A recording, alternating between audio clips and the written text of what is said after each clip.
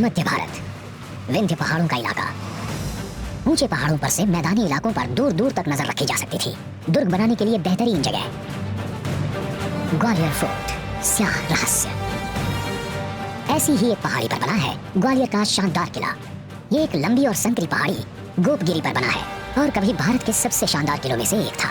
ग्वालियर ने राजाओं और हमलावरों को कामयाबी की बुलंदी छूते और जमीन पर आते देखा है। इसने कई हिंदू वंशों, तुर्कों, अफगानों, मुगलों, मराठों और अंग्रेजों का शासन देखा है, जो शायद ही किसी और किले ने देखा हो। 18वीं सदी के आखिरी दिनों में मराठा सिंधिया वंश ने सत्ता संभाली। उनके शासनकाल में ग्वालियर 60,000 स्क्वायर किलोमीटर में फैला था। भारत की आजादी तक ये किला एक ब्रिटिश पोस्ट बना रहा।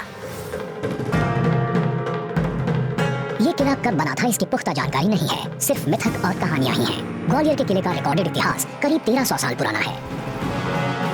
माना जाता है कि यहाँ शुरुआत में 7वीं से 15वीं सदी के बीच जैन धर्म के गुफा मंदिर बनाए गए थे। पत्थर से बनी कई मूर्तियों में से एक है जैन धर्म के पहले तीर्थंकर आदिनाथ की 58 फुट ऊंची विशाल मूर्ति।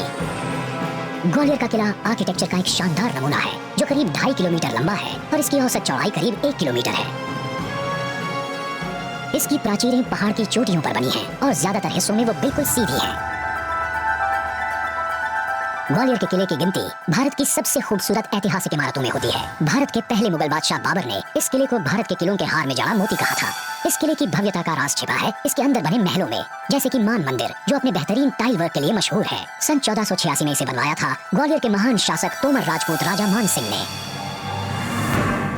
लेकिन तुर्क, पठान, अफगान और मुगलों के हमलों के बाद इस किले के साथ एक बड़ा स्याह पहलू जुड़ गया। मान मंदिर की कहानी कॉन्ट्रास्ट से भरी है। बाहर से तो ये बड़ा ही खूबसूरत है, लेकिन जैसे ही आप इसकी सीढ़ियां उतरकर नीचे जाएंगे, सामने होगा एक अंधेरा, बदबूदार और रोंगटे खड़े कर देने वाला तहखाना। इन अंधेरे कमरों में छिपे हैं कई स्याह राज। ये गलियारे जाते हैं एक नर्क की तरफ, एक खतरनाक जेल। इन जेलों में असल में क्या होता था कोई नहीं जानता, लेकिन कैदियों की चीखें दूर तक सुनाई देती थी।